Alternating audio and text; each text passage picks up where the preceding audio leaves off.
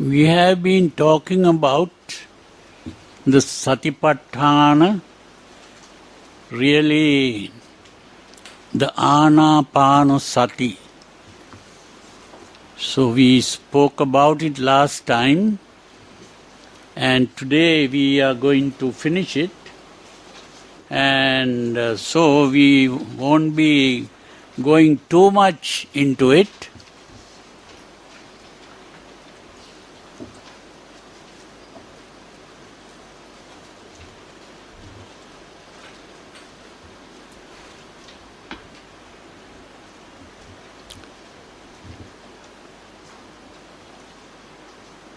The only thing is,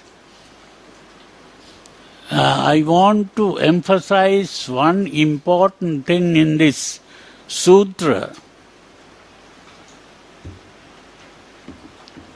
This important thing is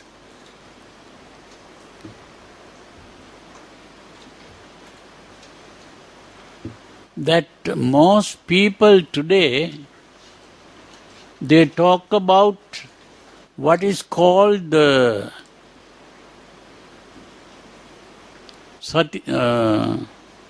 Vipassana meditation.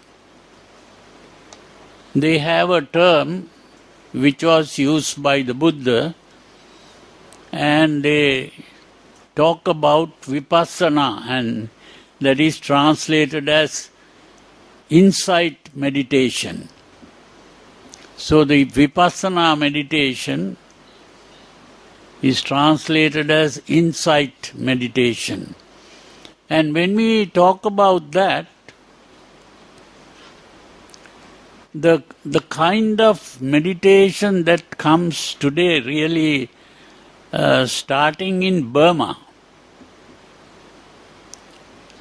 started by Mahasi Sayadaw. He is a Burmese monk who started that, and it has spread all over the world now. Everyone speaks about insight meditation or Vipassana meditation and that. But what I find is, this is not really the Vipassana that the Buddha spoke of. So that is why I want to talk about this sutra, just to point out what the Buddha is saying, where the Buddha talks about this Vipassana. Here the Buddha says, I have of course translated this to make it more meaningful. Here on this paper, which you will get really on this, the stages to awakening. There you get what is called introspective breathing. That is my translation for Anapanasati, usually translated as breathing meditation. Now that I translated as introspective breathing. Why it is called introspective breathing means introspection is to focus your attention inwards and look at what is going on inside you. That is introspective breathing. And here the Buddha says, introspective breathing, when developed and cultivated, bears great fruit and brings great benefits.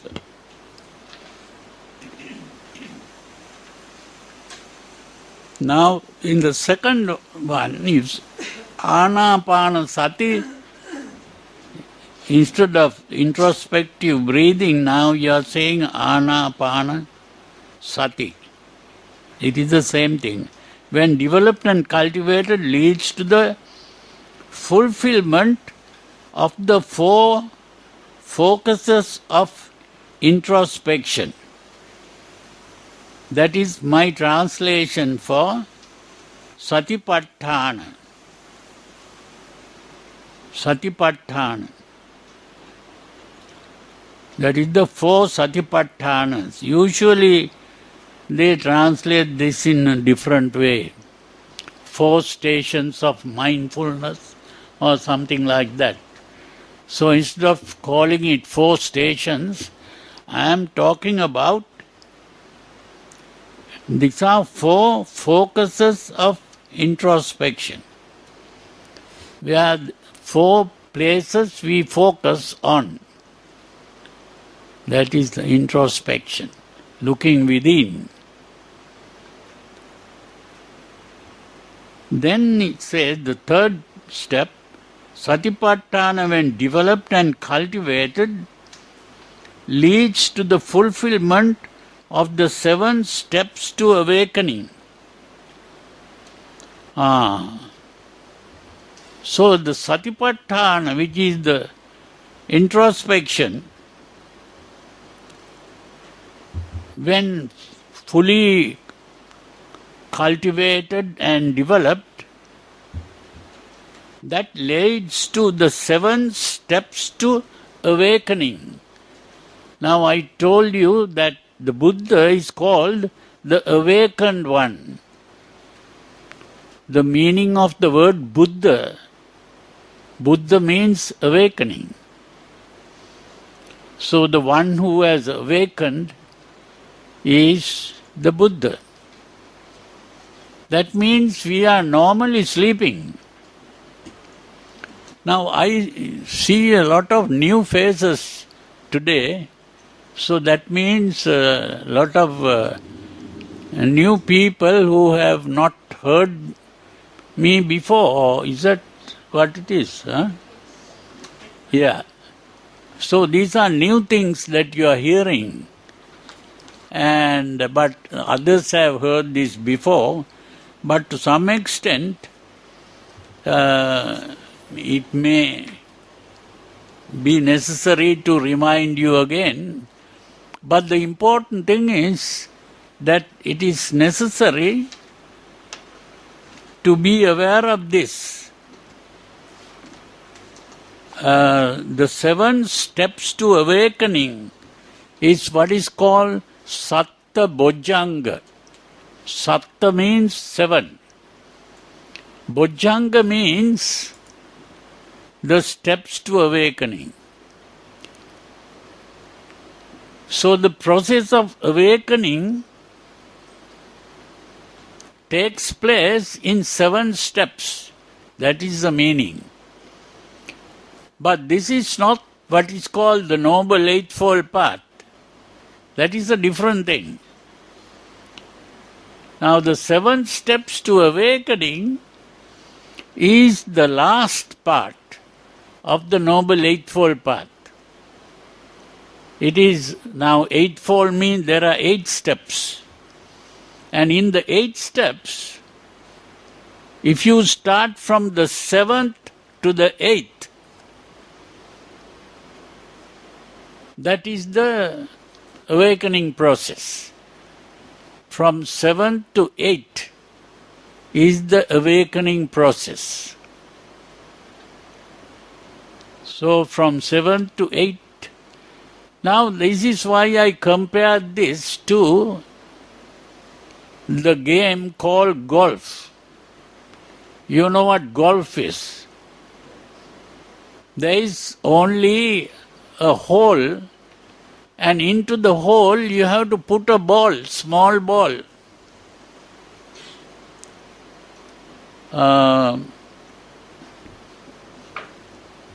You have to arrange to another chair. Huh? You have another one.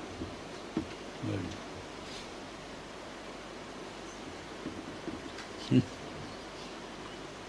So,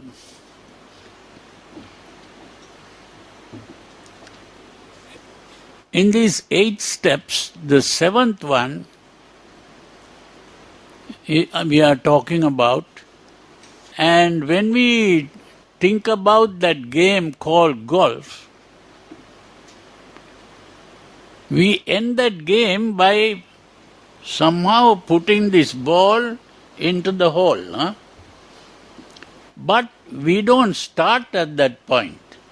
That is not the starting point.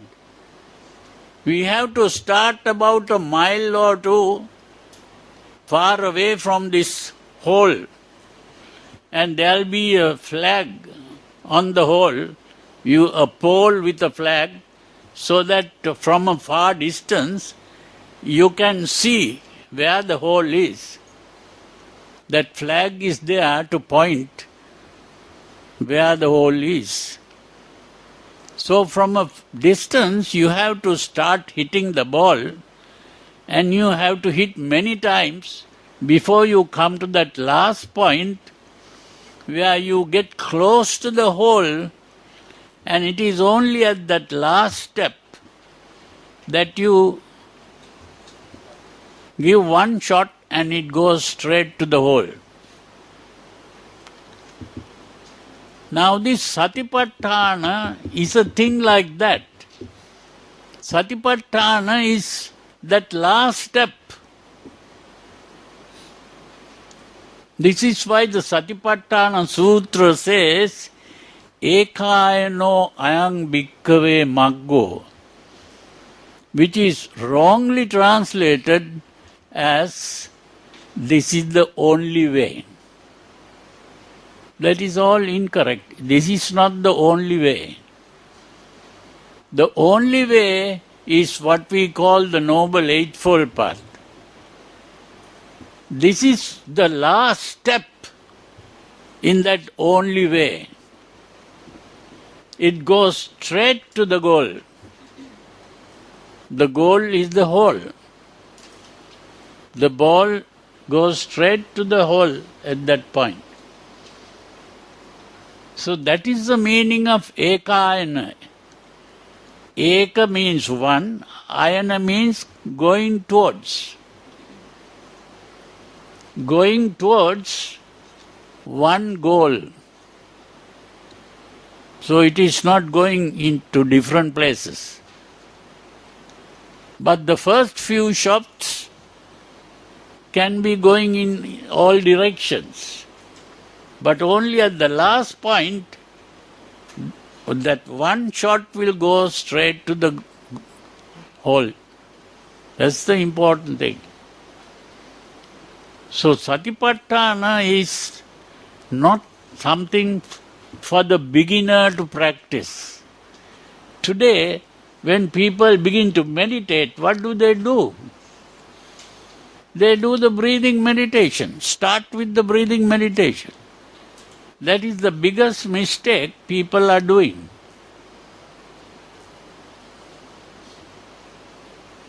So they think they can become enlightened by just doing the breathing meditation. That is the mistake they are making. So, this is why I had to bring this sutra, your attention to the sutra.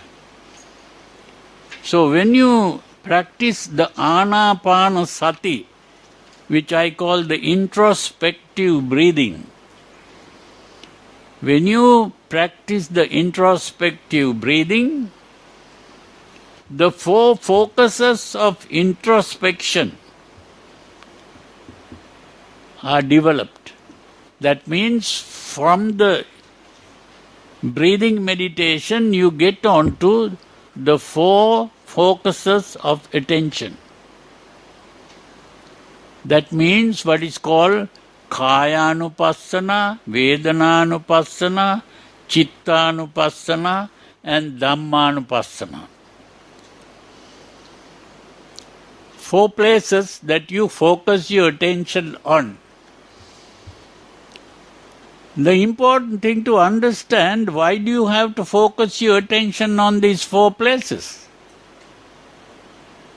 We must ask that question. The important thing is we are organisms in an environment. That's the most important thing to understand. We are organisms in an environment. And as organisms, we have 5 senses: the eye, the ear, the nose, the tongue, and the body.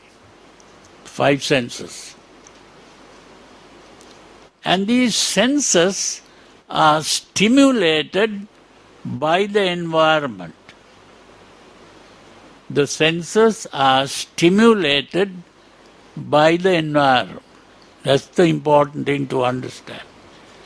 So when the senses are stimulated by the environment, there is a reaction to the stimulus. The organism reacts to the stimulus. And that reaction to the stimulus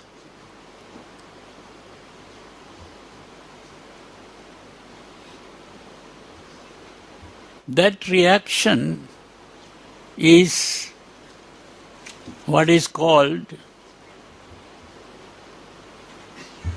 perception. We react to the stimulus. That means when the eye is stimulated, we react to it, and that is how we see. When the ear is stimulated, we hear. When the nose is stimulated, we smell. When the tongue is stimulated, we taste. And when the body is stimulated, we feel the touch. Now, all that is the reaction of the organism to stimulation.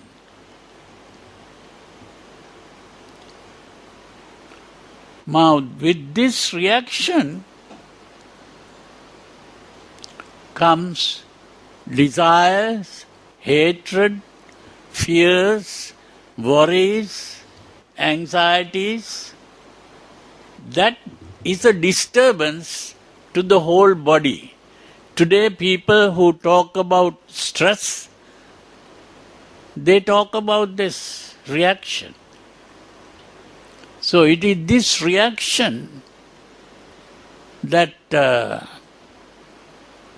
Professor Hans Selye, who wrote about stress, he spoke about what is called the general adaptation syndrome. The general adaptation syndrome, which is a description of what happens to the body. And that disturbance in the body is what we call stress. So I don't want to go into details about this, because I have already explained these things before. Only thing is the newcomers have not understood it, but we speak about this in the books we have written, and also some of these CDs that we have. So that is how you will be able to get it. Or you can ask the others. So, or maybe come again next time when we begin to discuss. When I come back again. So for this time, today is the last class for this year, I suppose. And I have to be going back to Sri Lanka for a short while, and then I come back and I have to go to the States for a short period, and then I come again somewhere in November. And when I come in November, we can discuss again. So the important thing is that we should, you can during this short period, you can read some of the books and then you'll be able to understand. So the important thing is that a disturbance occurs in the body. That is what is called stress. And so our effort in the meditation is to stop this disturbance. That is the purpose of this whole meditation, is to stop stress. And it is this stress that the Buddha calls suffering, because it is a suffering. So this stress is what we are trying to stop. So it is very important, you know how important it is to learn this meditation. But in learning this meditation, we are only talking about the last step on the Noble Eightfold Path. So we have been talking about this many times and for a long time. So we are just finishing the last steps, even the last steps we have been discussing earlier, but we are now just reminding you about it. The important thing is that these other systems of vipassana meditation, I am trying to tell you that it is a mistake. They are making a mistake. They are missing the most important part of vipassana. And that is the bojjhangas. Bojjhanga means the 7 steps to awakening. And so, these 7 steps to awakening begins with satipatthana. That is the meditation on breathing, which is the introspective breathing. And when the introspective breathing is done, then we get into what is called the 4 focuses of attention. We are focusing the attention on 4 places, and the 4 places really refer to the reaction.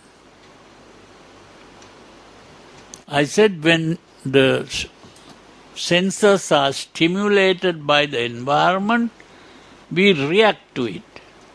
And that reaction is what we are looking at.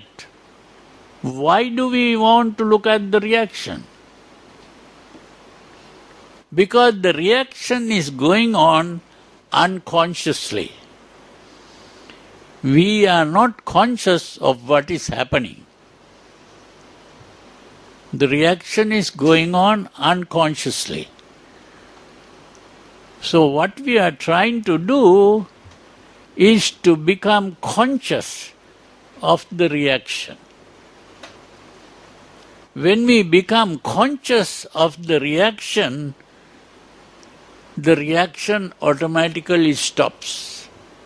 Because the reaction cannot go on consciously.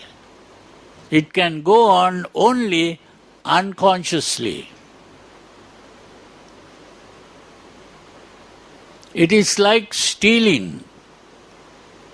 You see, stealing cannot be done while someone is watching it. If you watch it, then it is not stealing.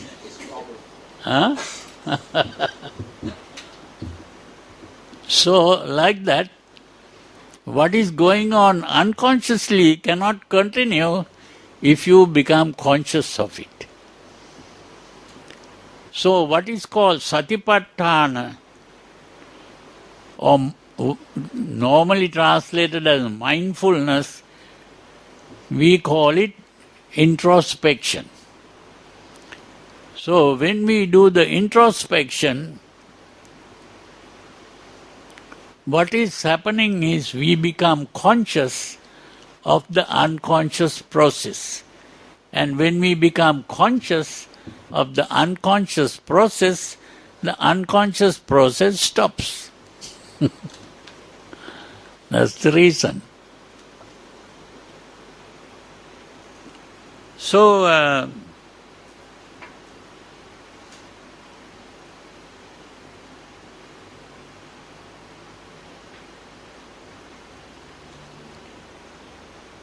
in this process of stopping this reaction,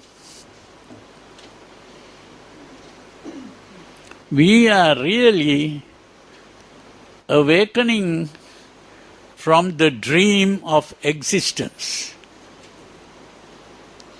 Normally we are dreaming because everything is happening unconsciously. Although we think we are conscious, we are not really conscious. Most of the things we are doing unconsciously. We are carried away by our emotions.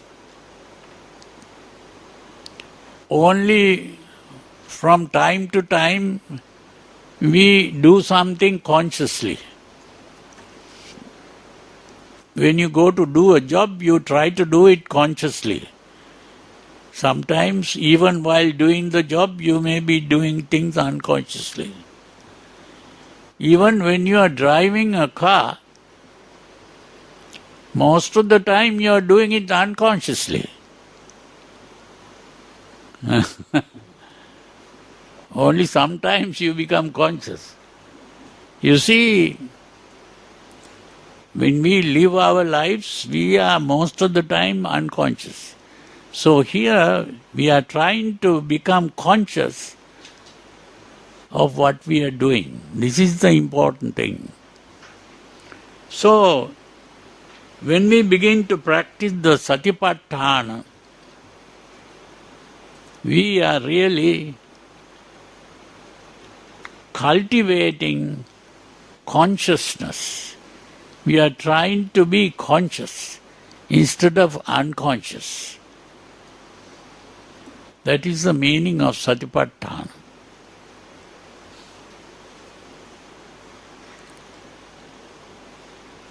So,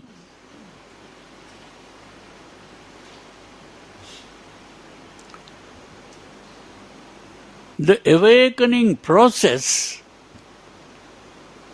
which is the 7 steps to awakening, of course, we cannot discuss this in detail today because it's a long process. You have to go step by step.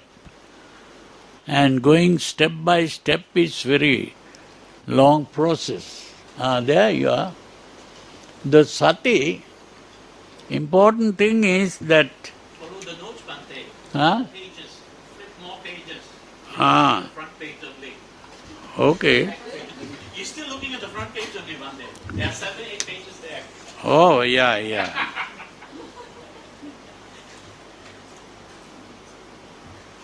Keep going. Yeah, I didn't read this earlier, that's why.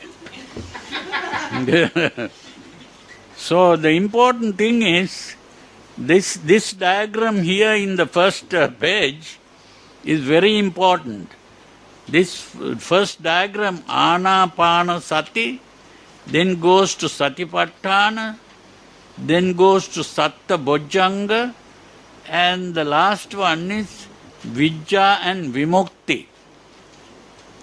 So Anapanasati is the starting point, and when we practice the Anapanasati, which is introspective breathing, then we begin to get into what is called the Satipatthana. The Satipatthana is the four focuses of introspection. And then we get into Satta Bojjhanga, which is the 7 steps to awakening. And from the 7 steps to awakening, we get into Vijja and Vimukti. Vijja means awakening, consciousness. The true consciousness. I said earlier that normally we are unconscious. Now we become fully conscious. That full consciousness is Vijja, and Vimukti means we are freed of all the problems. That is the Nibbana. What is called Nibbana is really the freedom from all the troubles after that. Bhante, the last page, maybe you should explain the last page. Last page? Yeah, you should explain the last page. What is the last page? The last page of the notes.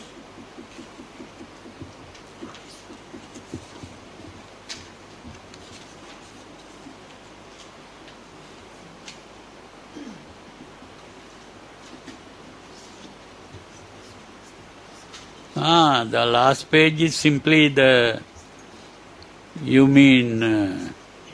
introversion of attention, Dhamma Vicha Virya Piti Pasadya. Yeah, we are coming to that. Yeah. But I wanted to... Yeah, we might not be able to go through all these things, but the important thing is to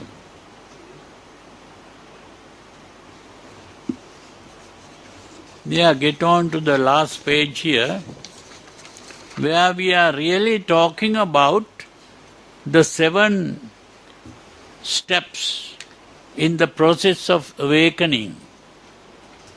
And the 7 steps, the first step is this sati, which is that focusing attention on 4 places. Now the reaction that occurs, how do we become aware of it? The reaction we become aware of first as a physical thing. Now when you open your eyes, if you see someone who is very attractive, maybe sexually attractive or something like that,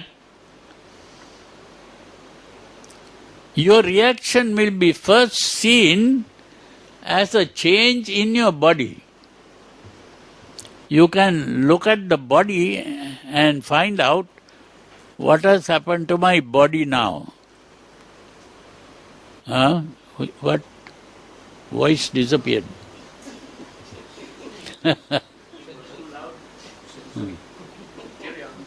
Yeah.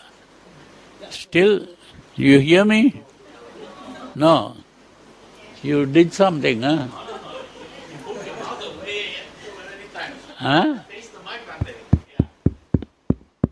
Huh? Okay. Now, now you hear. Now, important thing is that the reaction first is in the body. So you become aware, you focus your attention on the body to see what has happened to my body. That is called Kayanupassana. Kayanupassana is focusing on the body. And then you begin to focus on how you feel in the body. How do I feel? Am I feeling comfortable or uncomfortable? What is happening to my feeling in the body? How the body feels is very important.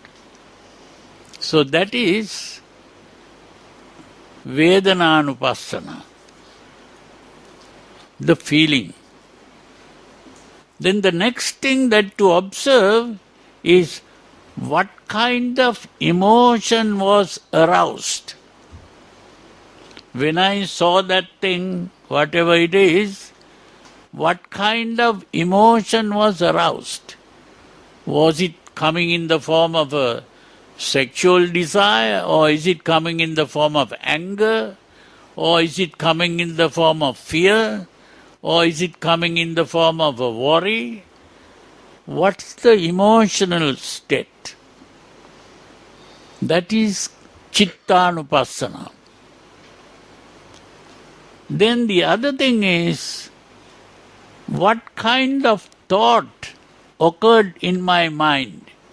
When I saw this individual or whatever I saw, what kind of thought arose in my mind? To become aware of the thought is what is called Dhammanupassana. There, Dhamma means the thought that arose. Here we don't refer to the teaching of the Buddha, we are simply referring to the thought that came into the mind. Dhammanupassana.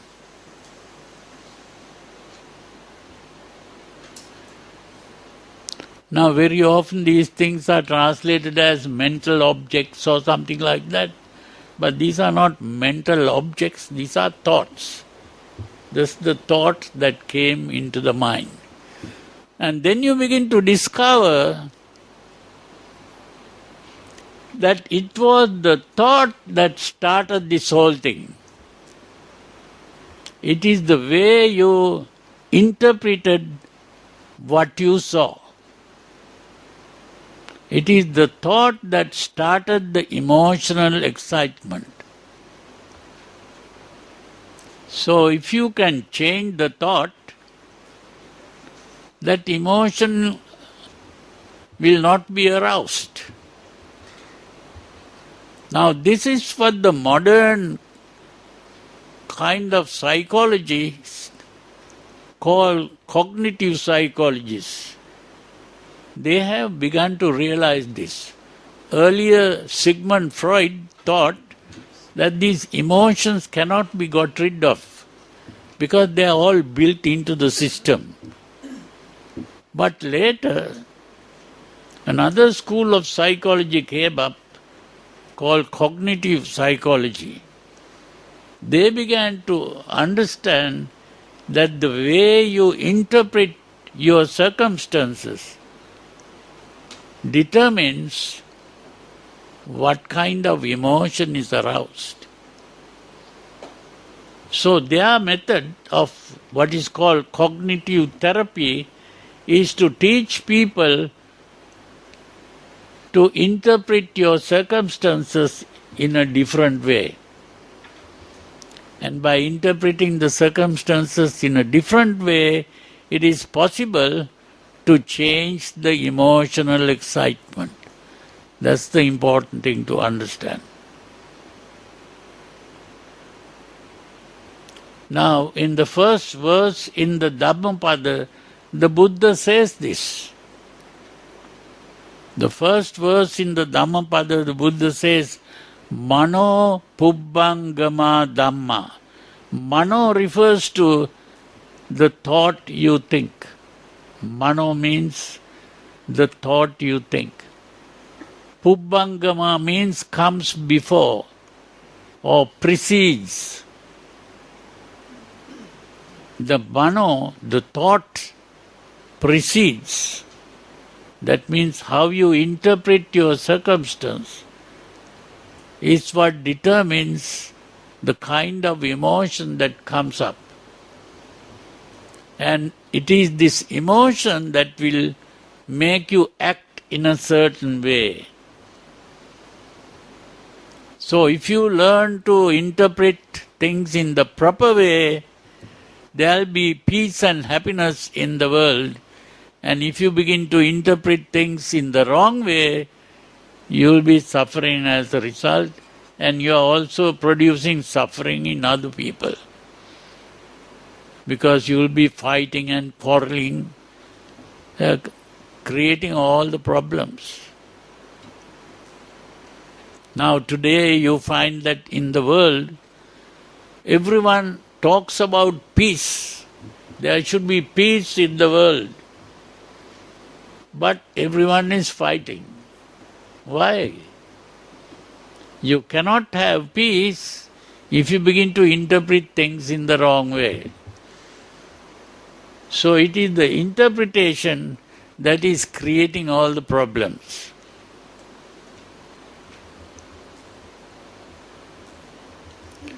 So,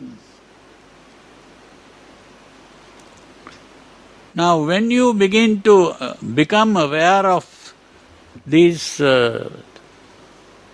unconscious process, that is called Dhamma Vichaya. Dhamma Vichaya really thought analysis. It is the analysis of the thought. It is the thought that is responsible for this arousing the emotion. So if you begin to analyze the thought, then you begin to see that that is only a thought and it is not a fact. What you take to be a fact is simply a thought, the way you interpreted it. So that power of the thought becomes less when you look at the thought. There are other ways of interpreting the same situation. There is only one way. So whenever you are angry over someone because someone did something, you can always revise, question, is this interpretation correct or not? The moment you question that, you begin to see that the power of that emotion gets lost. So this is why the thought analysis, Dhamma Vichaya, when you do that, the power of your thought is lessened and the power of the emotion is lessened. So now you are able to gain control over the emotion because the power of the emotion is gone. That is what is called virya. That means the thinking part is now able to gain control over the emotional part.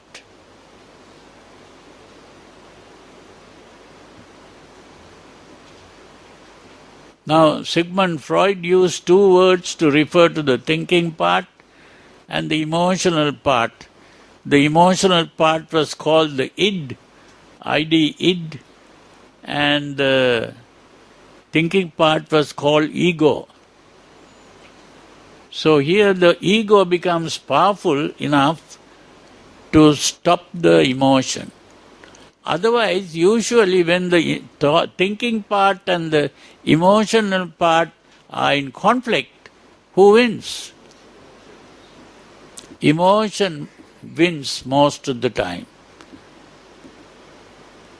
But now, when you have done this, the emotion becomes weak and the thinking part is strong. And so, that is called virya. And when that strength comes, then comes piti. Your mind is happy. That is the serenity of mind. Piti is the serenity of mind. Now the mind is not agitated, not excited. The mind is calm and tranquil. Now that with the coming of the serenity, the body relaxes. The body relaxes. All the tension in the body is relaxed. And when the body relaxes, what happens? Huh? Well, when the body relaxes, the mind calms down, stillness of the mind. And that is, you are entering samadhi. Samadhi is not concentration, samadhi is tranquility of mind. So when the mind is tranquil, then comes introspection. Introspection, upekha, which is really something more than introspection. Because there sati was introspection. But here, when you say introspection, now when I look at this glass, the glass is the object. So I am looking at the object. Now instead of looking at the object, there is another thing I can do, which is to become aware of how I see the object. In other words, I am looking at the process of perception.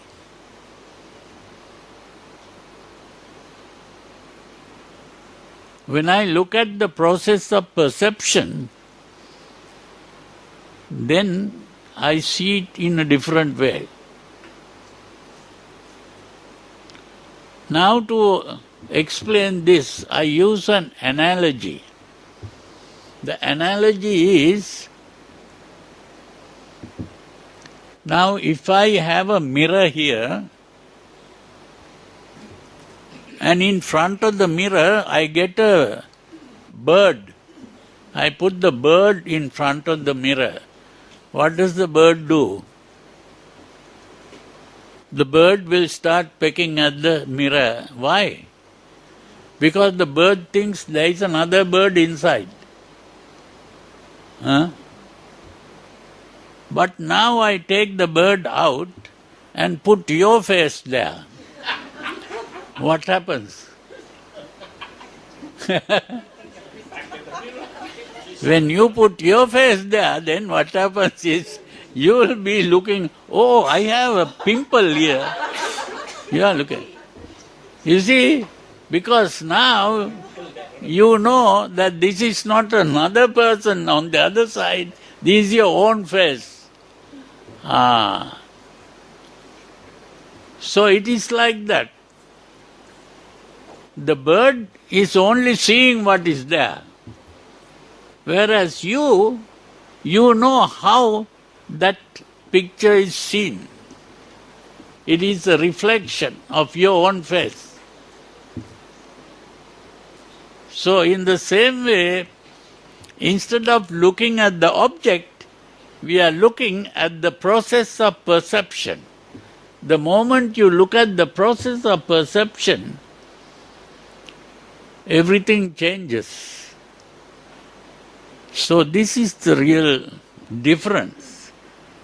Now that is what we call a paradigm shift.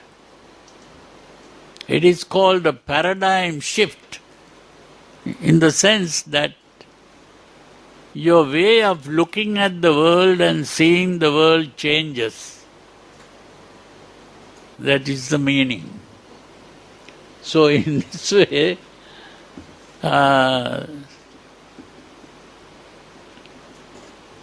this is the important thing to understand. So it is in this way that we begin to see things from a different point of view, and when we begin to see the world in a different way, instead of thinking of existence, we are thinking of experience. This is not an existence, but an experience. Now, when you see it as an experience, the object disappears and the subject also disappears. Because in every experience, now for example, I see a glass here with water. Now that is an experience. Now in this experience there are two parts to it. One is what I see. What I see is one part of the experience. Then how I see is the other part of the experience. What I see as an object. How I see is a subjective experience. So, there is an objective experience and a subjective experience. The subjective experience is personalized. The objective experience is alienated. These are the two words to express that. The object is always outside and the subjective experience is within us. That is personalized. So, when I begin to personalize, I identify the subjective experience as mine and myself. The objective experience is something outside. So that is how the idea of self comes into being. But when we have seen this whole process, then we begin to see that there is only the experience here. There is no real subject, there is no real object. There is only the experience. It is only when we have understood this fully that we become free of all troubles. All the trouble comes from the subject and the object and the relationship between the subject and the object.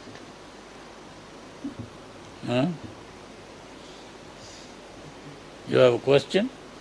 No. Okay.